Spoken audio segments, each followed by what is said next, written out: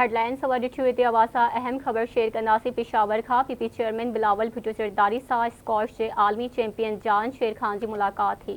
खैबर पख्तूनख्वा के गवर्नर फैसल करीम कुंडी भी बिलावल भुट्टो ज़रदारी से गॾु हो।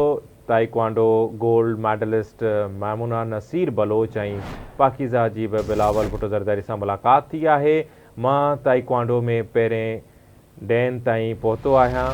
पीपी चेयरमैन बिलावल भुट्टो ज़रदारी जो चवणु आहे, तव्हां 2 डैन आहियो, मूंखे तव्हांखे पंहिंजो कोच बणाइणो आहे। बिलावल भुट्टो ज़रदारी जो इहो चवणु हो। पीपी चेयरमैन वॉलीबॉल टीम के कप्तान ऐं सिल्वर मेडलिस्ट मुराद जान ऐं ॿियनि बि मुलाक़ात कई आहे। अव्हांखे आगाह कंदासीं मुख़्तलिफ़ रांदियुनि जे अॻवाननि उन्हनि सां मुलाक़ात कई आहे। पेशावर मां ब्रेकिंग न्यूज़ असां शेयर कंदासीं। पीपी चेयरमैन बिलावल भुट्टो ज़रदारी सां स्क्वॉश के आलमी चैंपियन जान शेर खान समेत ॿियनि रांदीगरनि मुलाक़ात कई आहे।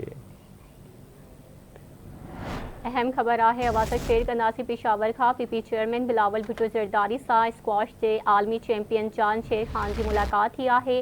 खैबर पख्तूनख्वा जो गवर्नर फैसल करीम कुंडी भी बिलावल भुट्टो ज़रदारी सां गॾु हो। अव्हांखे अपडेट ॾेई रहिया आहियूं।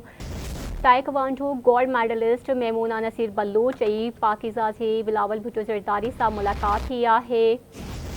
अवासा अहम ख़बर शेयर कंदासीं। ब्रेकिंग न्यूज़ है। पीपी चेयरमैन बिलावल भुट्टो ज़रदारी सां स्क्वॉश के आलमी चैंपियन जान शेर खान की मुलाक़ात थी है।